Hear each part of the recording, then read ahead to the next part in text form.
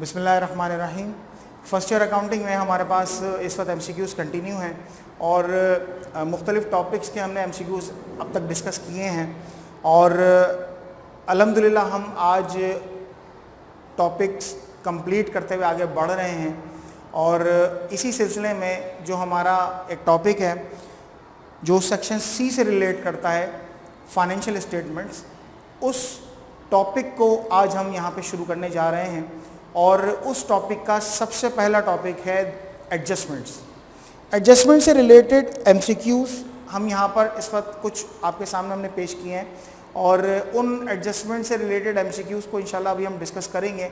Adjustments क्या होती हैं इस बारे में हम तफसील से डिस्कस कर चुके हैं अपनी फ़िज़िकल क्लासेस में और एडजस्टमेंट के हवाले से हमने सवालात को भी अच्छा खासा सॉल्व किया है। यहाँ पर हमारे पास जो तकरीबन 9 MCQs बोर्ड पे इस वक्त मौजूद हैं, तो बारी बारी हम डिस्कस करते हैं कि इन MCQs के हवाले से क्या सिलसिला है। सबसे पहले कहते हैं expenses paid in advance are called. वो एक्सपेंसेस जो एडवांस आप अदा कर रहे हैं, ठीक है, एक्सपेंसेस जो एडवांस अदा करते हैं वो एक्सपेंस कौन सा कहलाएगा?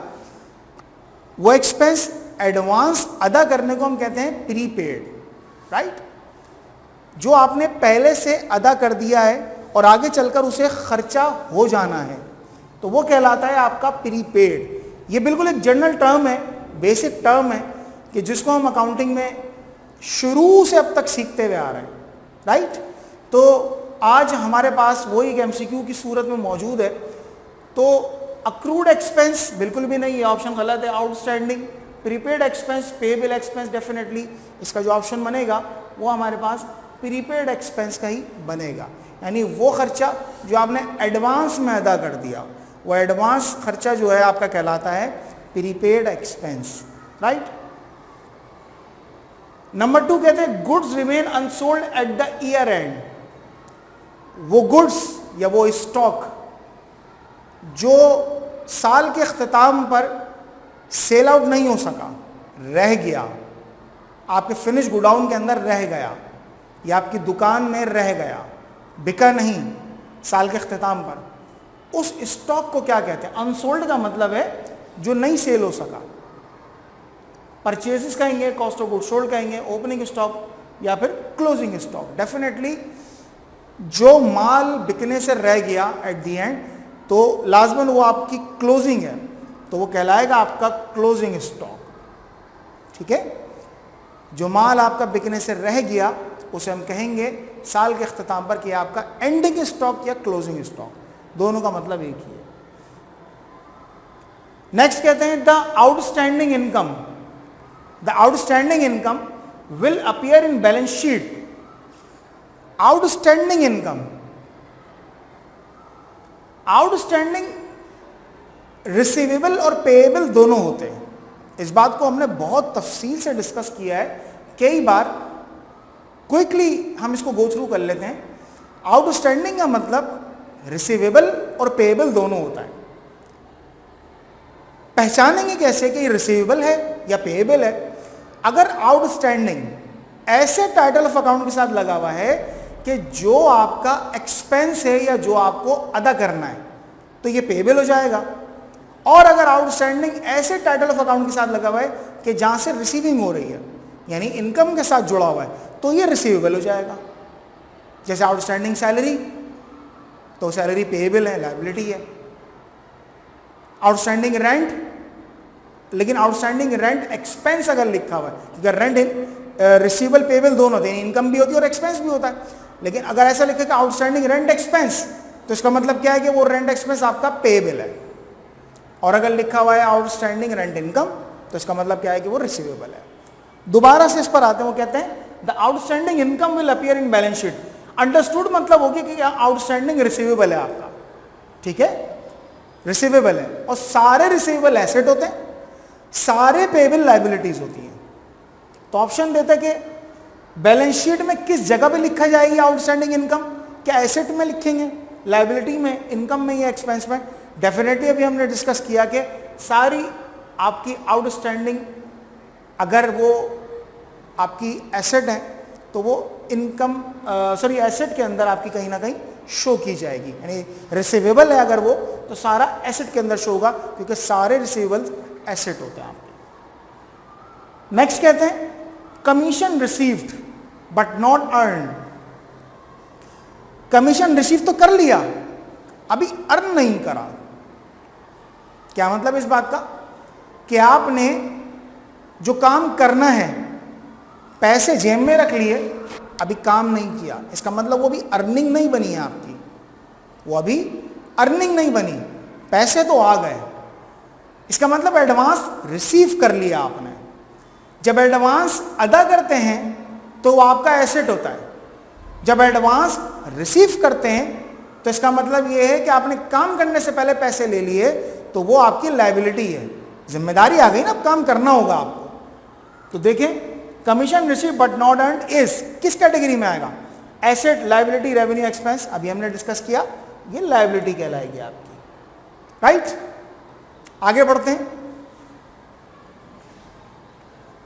Unpaid rent is to be considered as, unpaid rent अभी जो अभी पे नहीं करा आपने, जो पे करना है, क्या कंसिडर होता है? क्या प्रीपेड एक्सपेंस है, अक्रूड इनकम है, अक्रूड एक्सपेंस है, अनअर्न इनकम है। देखें जो अभी आपने अदा नहीं किया और अदा करना है, तो इसका मतलब है कि आपके ऊपर लायबिलिटी आ चुकी है जो आपको पूरी करनी है।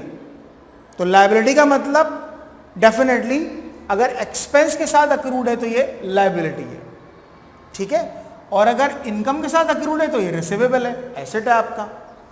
तो अनपेड लायबिलिटी है, तो लायबिलिटी वाला ऑप्शन हमारे पास ये आ रहा है।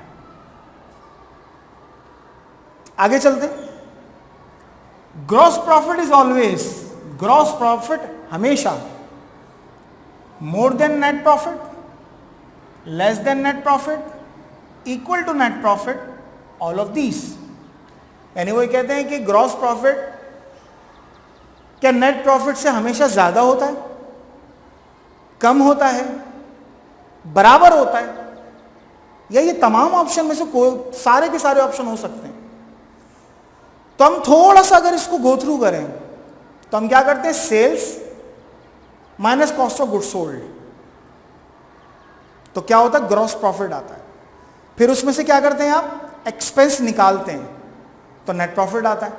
इसका मतलब यह है कि ग्रॉस प्रॉफिट हमेशा नेट प्रॉफिट से ज़्यादा होता है। क्यों? क्योंकि उसमें अखराजात शामिल होते हैं। अखराजात निकाल देंगे तो नेट प्रॉफिट आएगा, इसका मतलब अखराजात निकालेंगे तो वैल्यू कम हो जाएगी ना आपके पास, तो नेट प्रॉफिट हमेशा कम होगा, ग्रॉस प्रॉफिट ज़्यादा होगा, तो definitely more than net profit का ऑप्शन आपके पास आ जाता है, राइट। आगे बढ़ते। Accrued salary is, accrued salary क्या है? एसेट है, लायबिलिटी है, रेवेन्यू, एक्सपेंस। अब देखिए सैलरी के साथ अक्रूड लगा हुआ है। हमने अभी जिक्र किया कि आउटस्टैंडिंग, रिसीवेबल, पेएबल दोनों होते हैं, तो अक्रूड के साथ भी बिल्कुल यही केस है कि वो रिसीवेबल और पेएबल दोनों होता है। जब अक्रूड के साथ कोई ऐसा टाइटल ऑफ अकाउंट है कि जिसको आपने अदायगी करनी है, तो लाजमन लायबिलिटी में चला जाएगा।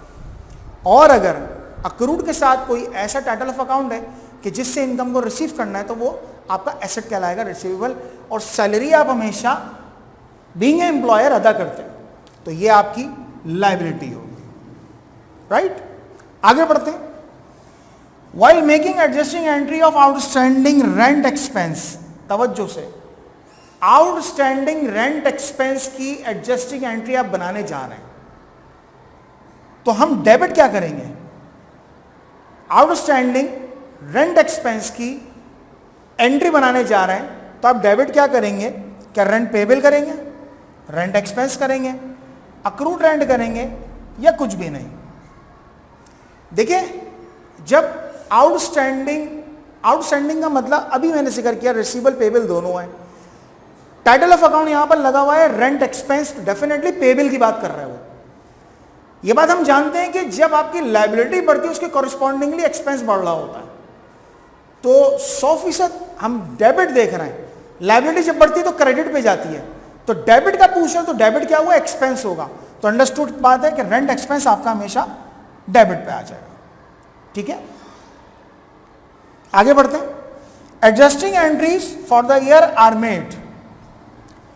जब भी एडजस्टिंग एंट्री बनाई जाती है साल की, तो साल के किस टाइम पीरियड पर उनको बनाया जाता है? क्या स्टार्टिंग में, साल के शुरू में, क्या साल के दरमियान में, क्या साल के इख्तिताम पर, एंड ऑफ द ईयर, या तमाम काम हो सकते हैं, कभी भी बना सकते हैं आप। तो बेटे याद रखें, एडजस्टिंग एंट्रीज साल के हमेशा इख्तिताम पे बनती हैं, राइट। तो ये हमारे एमसीक्यूज डेफिनेटली कवर नहीं कर रहे पूरे टॉपिक को। तो आप यहाँ पर एक छोटा सा काम ही करेंगे कि जो ये एमसीक्यूज आपने अभी समझे हैं इनको प्रिपेयर करें, और इन एमसीक्यूज के अलावा जो दीगर एमसीक्यूज आपके पास मौजूद हैं उन एमसीक्यूज को भी प्रिपेयर करें, ताकि आपका ये टॉपिक अच्छे तरीके से तैयार हो सके। इंशाल्लाह आपसे मुलाकात होगी अगली वीडियो में, और कोशिश करेंगे कि नए एमसीक्यूज के साथ आपके सामने हाजिर हों। अस्सलाम वालेकुम।